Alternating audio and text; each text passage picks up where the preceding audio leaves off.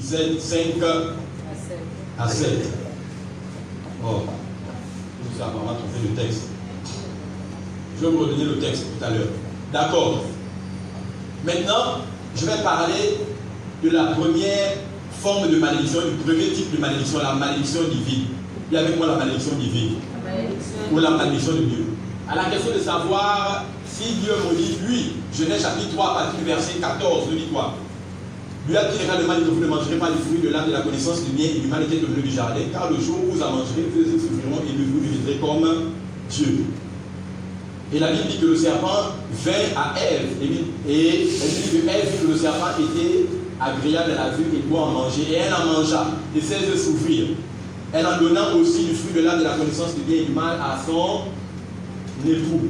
Et la Bible déclare les deux furent qu'ils étaient nus. Et lorsque Dieu passe dans le jardin le soir, Adam et Ève vont être les premiers à pratiquer le jeu qu'on appelle les cache-cache. Comme quoi rien de ce qui est sous le soleil n'est plus sur la terre. Et là, Dieu va s'adresser à eux. Adam, pourquoi tu mangeais le fruit de l'arbre de la connaissance du bien et du mal dont je t'avais dit tu ne mangeras pas? Il dit c'est la femme que tu m'as faite qui m'en a donné à manger. La femme va dire c'est le serpent qui m'en a donné à manger. C'est le serpent qui m'en a donné à manger. Et Dieu alors va les maudire. Et il va dire serpent, désormais c'est sur ton ventre que tu te déplaceras. Et il dit femme, tu enfanteras avec douleur. J'augmenterai la douleur de tes accouchements. Et il dit, tes désirs se porteront vers ton mari. Et il dit, homme, tu cultiveras la terre, elle te produira des ronces et des épines. C'est à la sueur de ton front que tu mangeras. Car tu es poussière et tu retourneras à la poussière. Je mettrai une inimité entre la postérité de la femme et la postérité du serpent. La postérité de la femme écrasera le serpent à la tête et la postérité du serpent mordra la postérité de la femme au talon. Et désormais, au serpent, il dit, tu te nourriras de la poussière de la terre. Remarquez une chose, Dieu maudit le serpent en disant, toi, chérubin protecteur, aux ailes nettoyées, désormais tu es un serpent. Et c'est sur ton ventre que tu te déplaceras. Et tu mangeras la poussière du sol. Or, il dit à l'homme et à la femme maudit que désormais, comme tu es né de la poussière, tu retourneras à la... Cette affirmation a tourné l'homme en nourriture pour Satan et ses agents. Par le ministère de la sorcellerie. C'est pourquoi l'homme qui est né de la poussière et qui retourne à la poussière doit être mangé par le serpent qui doit se nourrir de la poussière du sol. C'est pourquoi les sorciers consomment la chair et le sang de l'homme charnel. Je ne sais pas si vous comprenez un peu de quoi il est question.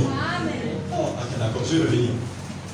Dieu dit au serpent que tu mangeras la poussière du sol. Mais Dieu dit à l'homme et à la femme que comme tu es né de la poussière, tu retourneras à la... Ça veut dire que cette affirmation que Dieu avait faite a donné le droit légal à Satan au travers du ministère de la sorcellerie de pouvoir faire de l'homme son alimentation. Puisque Satan doit se nourrir de la poussière du sol. Or, l'homme qui est né de la poussière doit retourner à la poussière. Cette affirmation a donné à Satan le droit légal de prendre l'homme comme sa nourriture. Parce qu'il a le droit de manger la poussière. Or, l'homme né de la poussière et est redevenu poussière. Or, il était une âme vivante dans Genèse 1, 26. Amen, amen. Amen. Ce matin, si tu comprends que la repentance est, selon le préfixe re, le radical pente et le suffixe entence, est le fait de remonter la pente de laquelle Adam et Ève ont chuté pour retrouver la position initiale perdue dans le jardin d'Éden. Dites-moi, c'est la malédiction qui a fait que l'homme déchu soit né de la poussière et relevé une poussière. Or, auparavant, il était une âme vivante. Genèse 1, 26 dit, faisons l'homme à notre image et à notre ressemblance.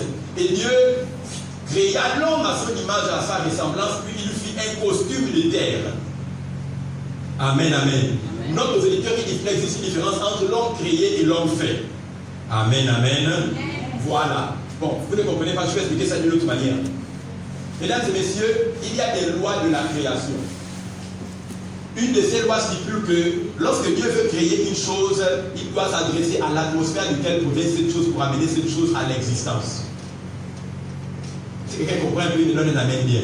Amen. Je reprends. Mesdames et messieurs, je disais qu'il existe des lois de la création. Une de ces lois consiste à ce que lorsque Dieu veut créer une chose, il doit s'adresser à l'atmosphère de laquelle cette chose provenait pour amener la chose qu'il veut créer à l'existence. C'est ainsi que lorsque Dieu a voulu créer les animaux des champs, il a parlé à l'atmosphère duquel provenaient les animaux, la terre. Lorsque Dieu a voulu créer les poissons de la mer, il a parlé à l'atmosphère duquel ils provenaient, la mer. Lorsque Dieu a voulu créer les oiseaux du ciel, il a parlé à l'environnement duquel ils provenaient. Où? La terre. Je vous ai dit. Et lorsque Dieu a voulu créer l'homme, il s'est parlé à lui-même. Il dit, faisons l'homme à notre image et à notre ressemblance. Et lorsque Dieu a voulu créer la femme, il a parlé à l'homme qu'il avait créé à son image, à sa ressemblance. Une deuxième loi de la création stipule que la chose créée pour rester en vie doit constamment être en contact avec l'environnement duquel il a été créé. C'est ainsi, mesdames et messieurs, que les animaux des champs doivent rester sur la terre ferme pour être en vie. Les poissons de la mer doivent rester dans l'eau pour vivre. Amen. Et les oiseaux du ciel doivent rester sur la branche d'un arbre pour être à l'abri des prédateurs. Et l'homme doit rester dans la présence de Dieu et la femme doit rester près de l'homme duquel elle a été tirée. Amen, amen. C'est la première chose. La troisième loi de la création consiste à ce que Dieu, l'amour n'est qu'une bénédiction que lorsqu'il est partagé entre deux individus. Or, Dieu est le créateur non créé qui existe par la superficie de lui-même. Donc, les anges étant des automates fonctionnent comme des robots parce qu'ils ont une possibilité de libre arbitre réduit. Alors, plus que l'amour, pour qu'elle soit une bénédiction, doit être un sentiment réciproquement partagé entre deux individus. Dieu lui-même était amoureux. Si Dieu lui-même continuait à être amoureux de lui, il aurait été amoureux de son égal, il aurait versé dans l'orgueil. Alors Dieu décida de pouvoir tomber amoureux de son égo en y faisant un homme à son image, à sa ressemblance, avec qui il partagerait l'amour qu'il a pour lui-même. Amen, amen. Amen, amen. Amen. Dieu m'a dit dans Genèse chapitre 1 qu'il n'est pas bon que l'homme soit seul. Là, normalement, en français, possède du mot hébraïque ou araméen qui veut dire alone. Ce qu'on fait en anglais, vous allez vous rendre compte que alone signifie seul. Amen. Or, quand vous prenez alone, vous allez vous rendre compte que alone s'écrit de cette manière. En anglais, nous on a la version originale en hébreu, alone. Et vous allez voir que si vous prenez le AL, normalement ça fait all in one. Quand je dis il n'est pas bon que l'homme Adam soit seul, ça veut dire qu'il n'est pas bon que l'homme Adam soit tous en un seul. Amen, amen. Donc qu'est-ce que ça symbolisait? Quatrième loi de la création, cela symbolise. Il y a quelqu'un que j'ai invité à l'église, allez décrocher, indiquer où nous sommes. Il le pavé, en face du complexe scolaire à famille. Que disais-je? Il n'est pas bon que l'homme soit seul venir, il n'est pas bon que l'homme soit all in one, donc que l'homme soit tous en un seul, ou que l'humanité soit tous en un seul. Amen, amen. Amen. Et que disais-je? Quatrième loi. Je disais que... Oh, il est bon, je vais pas le faire. Quatrième loi. Quatrième loi, oui. Quatrième loi. Je disais que la quatrième loi, que lorsque Dieu commence la création d'une chose, il a déjà achevé sa création avant même de l'avoir commencée. Je ne sais pas si tu comprends ce que ça veut dire. Que lorsque Dieu commence la création d'une chose, il a déjà achevé la création de cette chose avant même de l'avoir commencée. Ça veut dire que lorsque Dieu dit dans Genèse chapitre 1, verset 24 à 26, créons l'homme à notre image et à notre ressemblance, il avait normalement déjà achevé la création de l'humanité tout entière avant de commencer la création du premier homme Adam. Si tu comprends ça, tu vas voir ta vie d'une manière différente. Cela veut dire qu'en d'autres termes, celui qui t'a créé en tant qu'être humain connaît avant de t'avoir créé normalement la fin de ta vie, avant même qu'il ait décidé de t'envoyer sur terre au travers ton père et ta mère. Ah, amen, amen, amen. Donc, cela symbolisait quoi? que lorsque Dieu dit créons l'homme à notre image, à notre ressemblance, il avait normalement déjà achevé la création de 7 milliards de personnes qui se meuvent sur les 5 continents sur Terre. Donc c'est quand Dieu a vu que tout était bon. C'est là maintenant là où il vient et il dit ok, créons l'homme à notre image, à notre ressemblance. Et Adam pensait qu'il était le seul être humain, mais ce qu'il ne savait pas, c'est qu'il était all in one. Il était toutes les 7 milliards et demi de personnes sur les 5 continents, tous en un seul homme.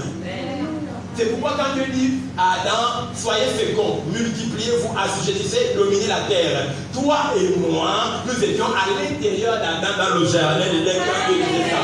C'est pourquoi tu dois être fécond au nom de Jésus qui est dans ta main. Tu dois te multiplier, tu dois assujettir et tu dois dominer dans ce monde au nom de Jésus. Tu dois commencer le loin, la même vie au nom de Jésus.